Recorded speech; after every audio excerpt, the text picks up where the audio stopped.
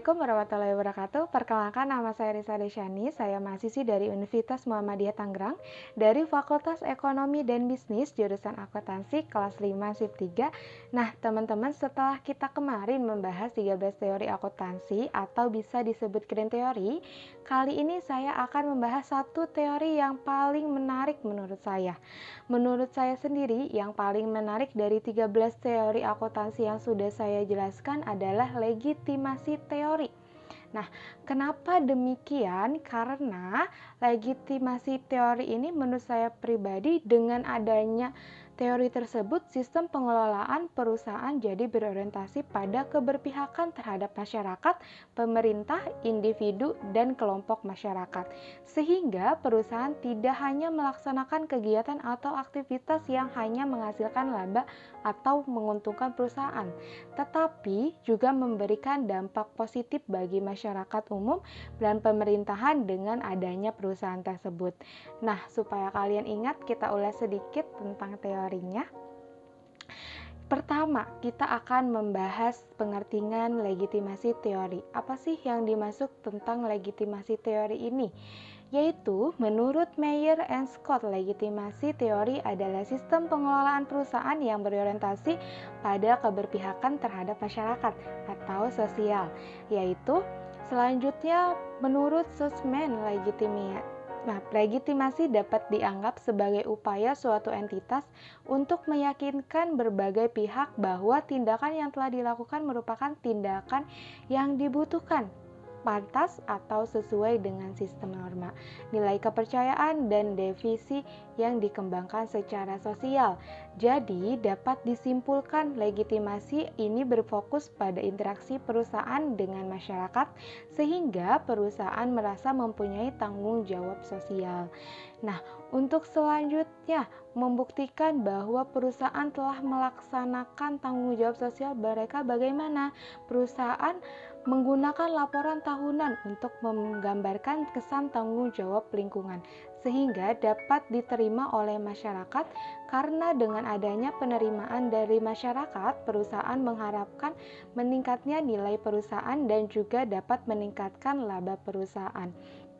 Kemudian, mengapa sih harus meningkatkan nilai perusahaan? Jadi gini, kalau misalkan nilai perusahaan baik, maka citra tersebutlah yang dapat membuat investor tertarik untuk membuat investasi.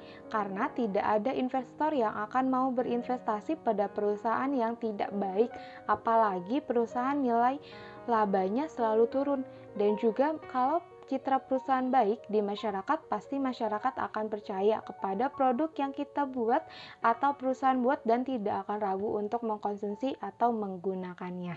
Jadi itulah pentingnya menerapkan tanggung jawab sosial dengan melaksanakan teori legitimasi ini.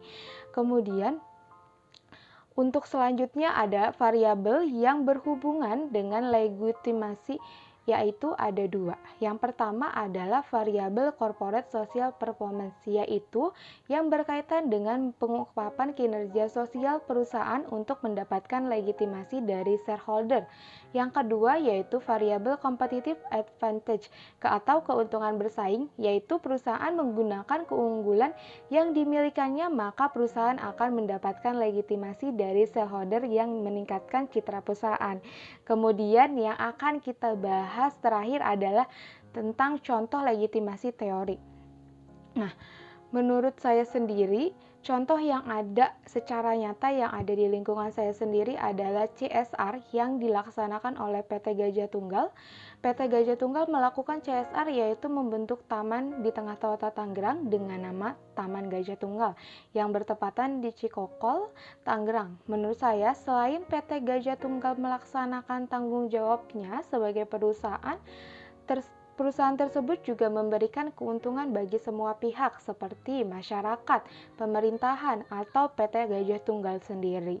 Apa sih keuntungannya? Untuk keuntungan yang didapat masyarakat sudah pasti adalah mendapatkan tempat rekreasi atau taman baru di pusat kota Tangerang yang dimana bisa dijadikan tempat rehat sejenak dari hiruk-pikuk dunia kota Tangerang.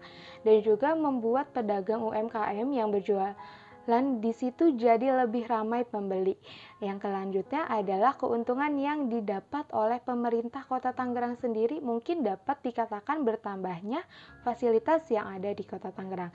Dan yang terakhir, untuk perusahaan sudah pasti akan mendapatkan citra yang lebih baik lagi dan akan lebih dikenal oleh masyarakat umum. Meskipun perusahaan yang sendiri bukan berdiri di kawasan Cikokol melainkan di kawasan lain. Oke, menurut saya mungkin cukup sekian pembahasan saya hari ini. Apabila ada kesalahan dalam kata-kata, saya mohon dimaafkan. Dan apabila ada kritik dan saran yang ingin disampaikan teman-teman, bisa komen di bawah. Akhir kata saya ucapkan terima kasih karena sudah menonton video saya ini. Semoga kita bertemu di kesempatan lain. Wassalamualaikum warahmatullahi wabarakatuh.